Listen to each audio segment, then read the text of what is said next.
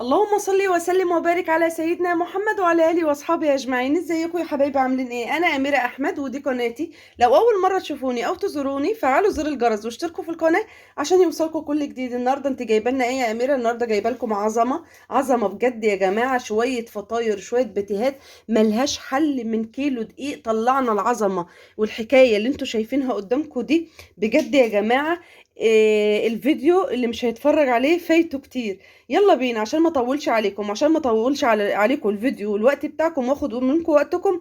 يلا بينا نتوكل على الله ونخش على الفيديو بتاعنا ونخش على طريقتنا ونقول بسم الله الرحمن الرحيم. يلا بينا نخش على الفيديو بتاعنا. ويلا بينا بقى يا حبايب قلبي يا غاليين على قلبي، نقول بسم الله خير الاسماء. بسم الله الذي لا يضر مع اسمه شيء في الارض ولا في السماء وهو السميع العليم. معايا هنا كيلو من الدقيق المنخول في العجان بتاعي، تمام كده. معايا بقى الفطاير بتاعتي سهله وسريعه وجميله جدا يا جماعه. نحط كل مقاديرنا كده على بعض. معايا 3 معالق من السكر كده بالشكل ده كده فوق الدقيق.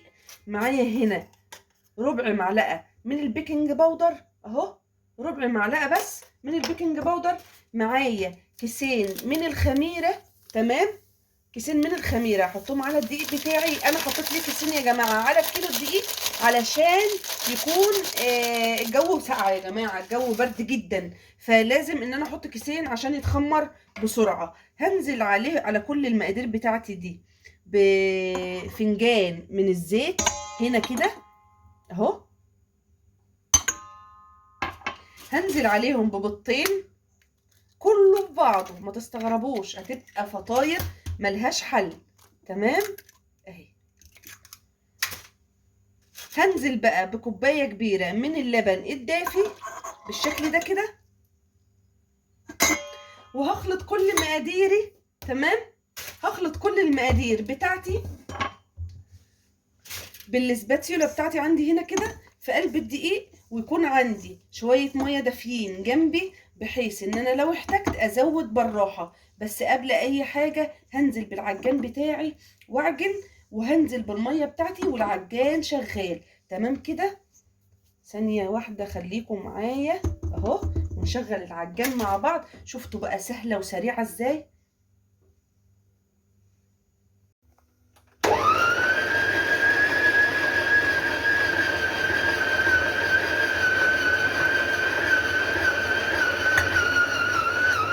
كده هلم العجينة بتاعتي كلها يا جماعة مع بعضها بالشكل ده كده اهو.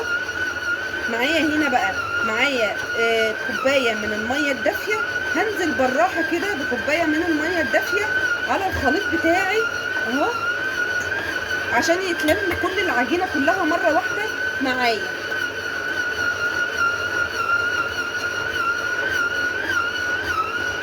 لازم يا جماعه تتاكدوا ان العجان اتلم كل حاجه فيه، والعجان نضف تماما معايا بحيث ان كل العجينه تكون اتلمت اهو. بدأ يلم معايا بالشكل ده كده اهو. يا رب يكون واضح معاكم.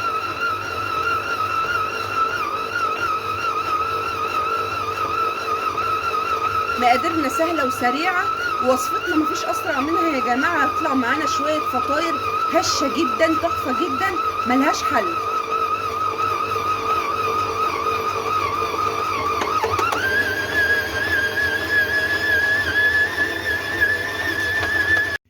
وكده يا حبايب قلبي العجين بتاعتي خلصت وبقت زي الفل. شايفين؟ حلوه قوي، تحفه جدا يا جماعه. شايفين؟ حلوه قوي اهي بالشكل ده كده. هشيل العجان بتاعي ثانيه واحده كده اهو يا جماعه اهو. العجين بتاعي اتلم وبقى زي الفل بالشكل اللي احنا شايفينه ده كده اهو. هطلعه من العجان اهو بالشكل ده كده يا جماعه على الرخامه عندي اهو. تحفه جدا، اتعجن بطريقه ملهاش حل اهو اهو. هلمه بقى في بوله او في اي حاجه عندي هدهنها بالزيت، تمام. وهنعمل احلى فطاير تخطر على بالكم يا جماعه. حلوه جدا وهشه جدا وهتبقى خرافيه. شايفين ملمس العجينه بتاعتي؟ شايفين الملمس بتاعها؟ حلو قوي اهو. هجيب بقى نفس البوله اللي انا عجنه فيها اهو. تمام، نفس البوله اللي انا عجنه فيها اهي. عندي شويه من الزيت اهو، دهنه كده من الزيت. هنزل بالعجينه بتاعتي اهي بالشكل ده كده حبيب قلبي. يا رب يكون بس كل مقاديري ووصفتي واضحه معاكم بالشكل ده كده. حطيها بقى في مكان دافي عشان الجو ساقعه. تمام، بالشكل ده كده حطها في مكان دافي علشان السقعه. واول لما تختمر هنرجع ونقول هنشكل الفطاير بتاعتنا دي ازاي. وبكده يا حبايب قلبي رجعت لكم تاني بعد العجينه بتاعتي ما اتخمرت بالشكل الجميل اللي احنا شايفينه ده اهو. اهو يا جماعه شايفين اهو، اتخمرت معايا بالشكل التحفه ده طبعا. شايفين جامده جدا. يلا بقى ننزل بيها على الرخامه بتاعتي اهي بالشكل ده كده. اهو هقسم العجينه بتاعتي لجزئين. هاخد الجزء ده اهو اسيبه في جنب هنا، والجزء التاني هشتغل فيه. هتشتغلي فيه ايه؟ هنشتغل فيه بقى عشان نعمل الفطاير بتاعتنا تبقى تحفه وعظمه كده، تبقى حلوه جامده كده مع بعض كده، تبقى جميله. تمام، شايفين العجينه بتاعتي سلسه بطريقه لا تتخيلوها. هغطي بس العجينه التانيه دي اهي واركنها كده على جنب وافرد بايدي. ومش مستاهله ان انا اعمل بمردانه ولا فراده، ولا مستاهله ان انا اعمل باي حاجه، هي فرده نفسها بالشكل ده كده. يا رب يكون ايه واضحه. تمام، انا عايزاها بالسمك ده كده.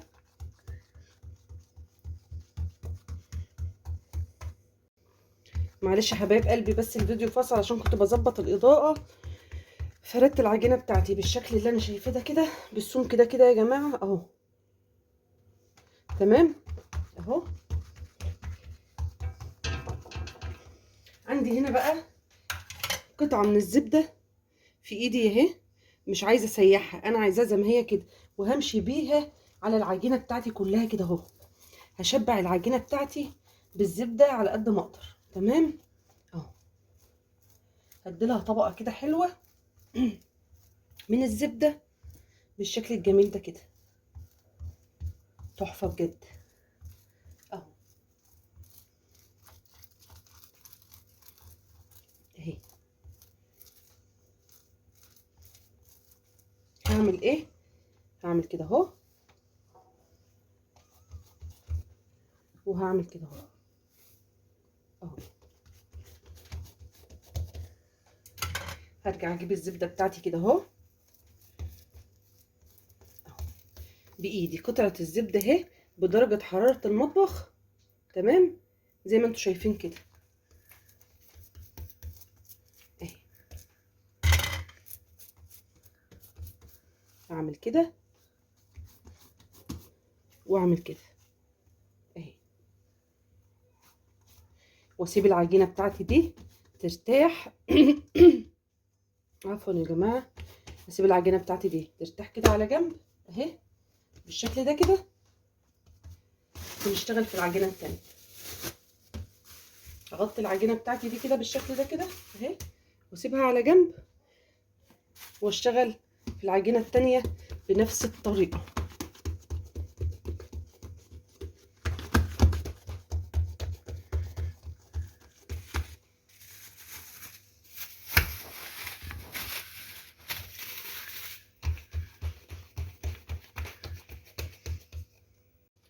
كده حبايب قلبي انا فردت العجينه بتاعتي بالشكل ده كده نفس التانية بالظبط. برضو جبت معايا هنا الزبده بدرجه حراره الغرفه، وهعمل بالشكل ده كده يا جماعه اهو اهو.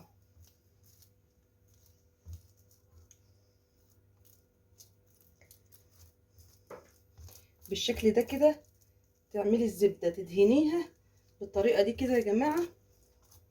اديلها طبقه حلوه من الزبده. الزبده تكون بدرجه حراره المطبخ درجه حراره الغرفه علشان تبقى في ايديكي زي ما انا ماسكاها كده بالظبط. تمام كده. هجيب بقى دي كده اهي، مش هعملها زي التانية انا هعمل حاجة تانية خالص.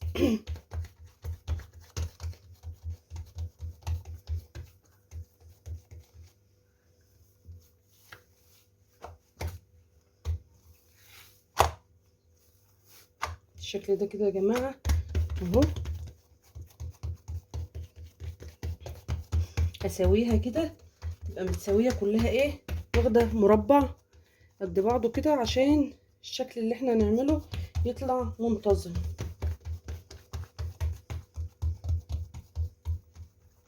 اهو طبعا خمرة عندنا وزي الفل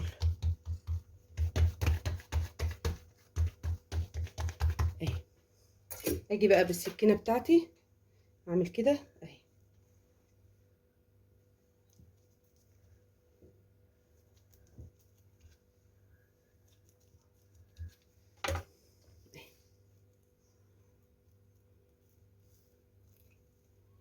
شايفين الشكل ده كده، واقفلها في بعضها بالشكل ده كده اهو.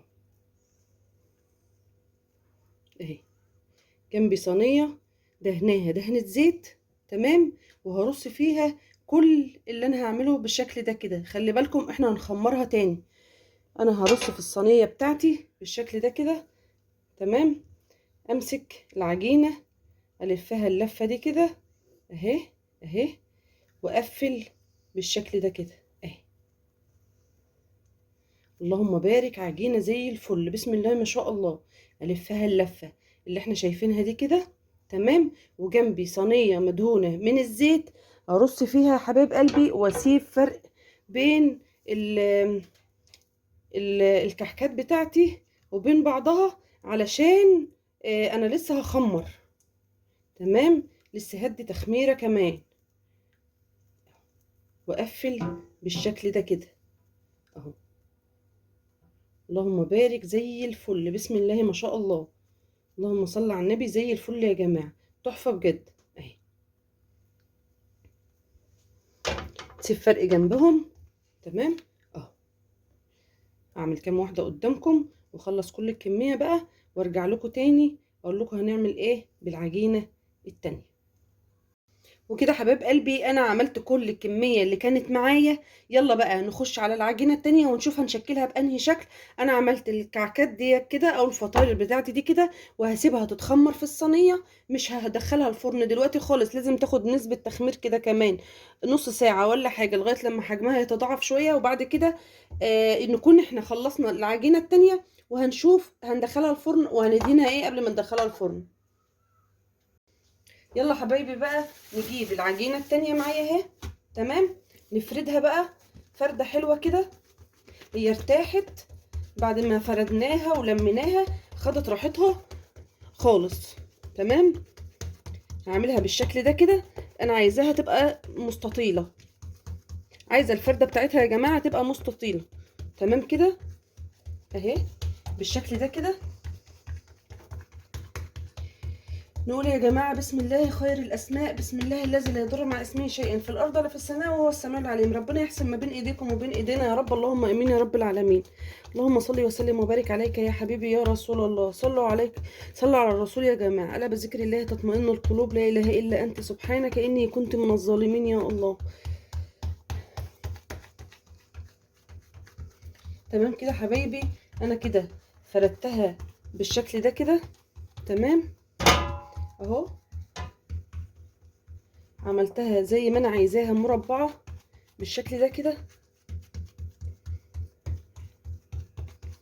تمام. انا هاجي من النص وهقطعها اتنين، تمام. هقسم العجينة بتاعتي على اتنين يا جماعة. يا رب يكون بس الفيديو واضح وكل الخطوات واضحة.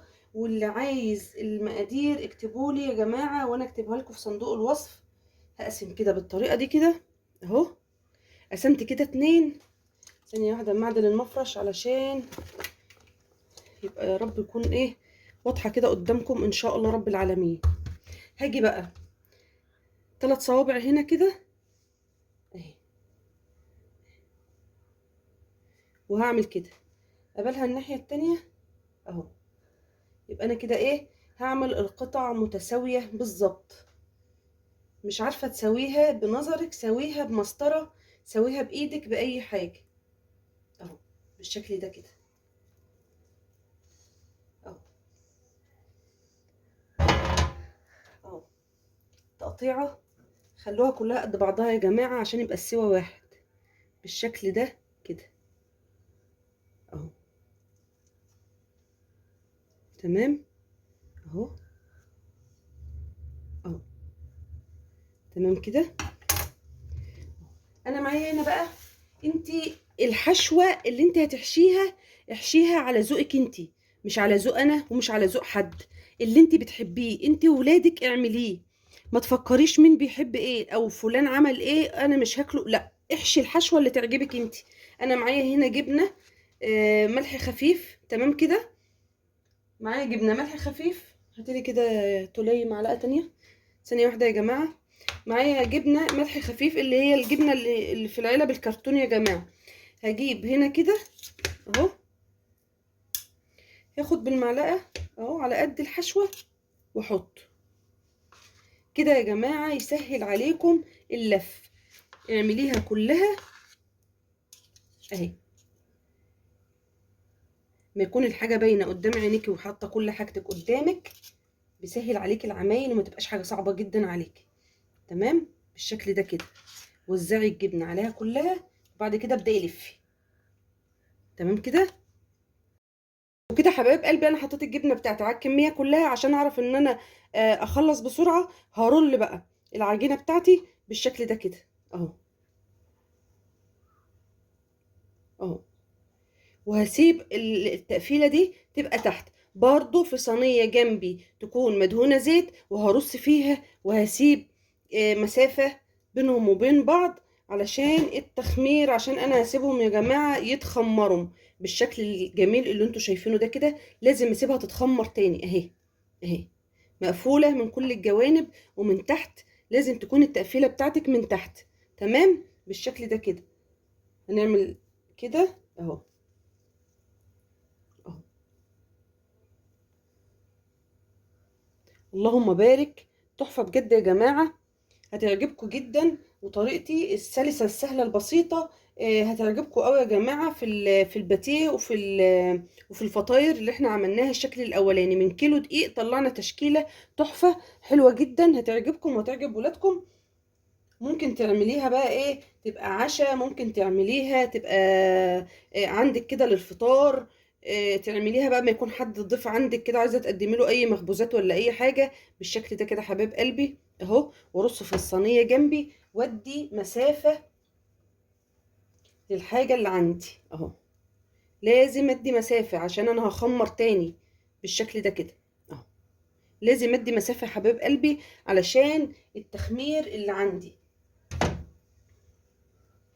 خلي بالك انا عايزاكي تسيبي التقفيله اللي تحت دي تكون تحت بالشكل ده كده، بحيث ان ما هي تتخمر او تعلى ما تفتحش معاكي. تمام بالشكل ده كده حبايب قلبي اهو. اهو بسم الله ما شاء الله.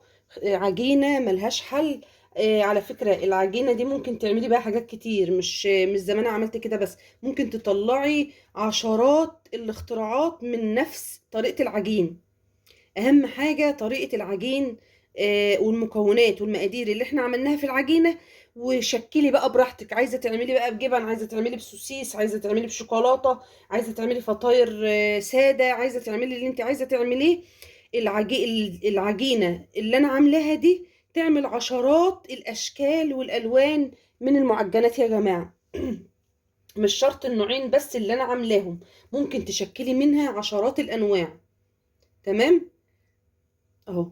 وعلى فكرة ممكن تعملي منها السينابو، ممكن تعملي منها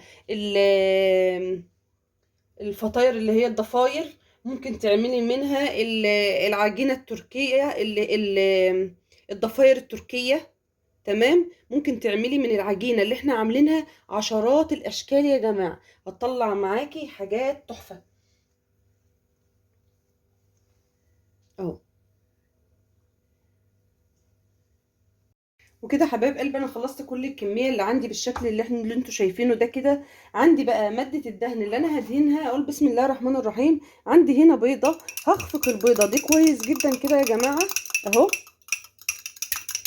تمام. هنزل عليها بفنجان من اللبن بالشكل ده كده، واخفقهم مع بعض كويس جدا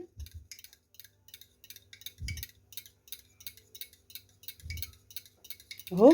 واخر حاجه هنزل بمعلقه كبيره من الخل علشان زفاره الخل، عشان زفاره البيض قصدي. اه بالشكل ده كده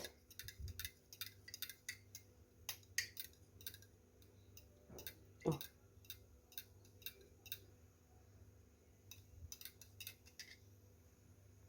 يلا حبايبي بقى ندهن الفطاير بتاعتنا مع بعض بالشكل ده كده اهو، عشان تاخد الوش الجميل بالشكل ده كده حبايبي اهو. بالشكل ده كده، ما تقلقوش من الزيادات اللي بتقع دي، ممكن نمسحها بمنديل ولا باي حاجه يا جماعه، بس دهين الوش علشان الوش لما نحط عليه السمسم ما يقعش. تمام. وفي نفس الوقت ياخد لون حلو ويبقى طالع احمر كده وحلو. على فكره الخل بيخلي وش المعجنات تحفه يا جماعه، تحفه. انا نسيت احطه في العجينه وانا بعجنه على فكره. هو كان المفروض ان احنا نحط معلقه من الخل، بس انا نسيته، انتم ابقوا حطوه بالشكل ده كده اهو. هدهن كل الفطاير اللي عندي بالشكل ده كده. تحفه يا جماعه، تحفه بجد. وزي ما انتوا شفتوها في اول الفيديو، طبعا شفتوها قبل ما تدخلوا على الفيديو، انها تتحدث عن نفسها طبعا يعني. تمام. بالشكل ده كده عندي بقى سمسم اهو على حبة البركة. حابة تحطي بقى الخطوة دي حطي، مش حابة خلاص ممكن تستغني عنها. يعني ممكن ما تحطيش السمسم على فكرة، مش حابة خلاص انت حرة. بس بيبقى حلو قوي يا جماعة، عشان هي فطيرة سادة بقى بالسمسم كده تحفة قوي. حلو قوي يا جماعة، حلو قوي. هتطلع تحفة جدا من الفرن وهشة وتحفة جدا. جربوا الطريقة دي، حلوة قوي بالشكل ده كده يا جماعة. هنعمل السمسم بتاعنا وحبة البركة على الفطاير بتاعتنا ونسيبها ترتاح نص ساعة حتى على الأقل لو انت مستعجلة. لو مش مستعجلة سيبيها ساعة، هتبقى عظمة وهتنتفخ معاكي وهتبقى حلوة قوي.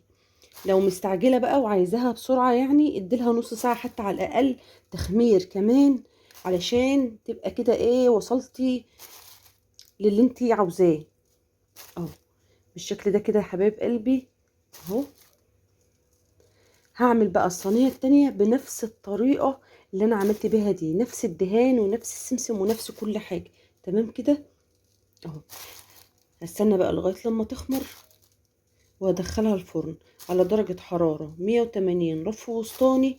هتقعد تلت ساعة في الفرن يا جماعة، من تلت الربع ساعة مش اكتر من كده، وما تكتريش عن كده عشان ما تتحرقش منك. تمام. هدهن الصينية التانية وهعملها بنفس الطريقة بالظبط، وهستنى لما تخمر ادخلها الفرن على درجة حرارة 180 رف وسطاني من ربع ساعة لتلت ساعة ان شاء الله، واوريها لكم.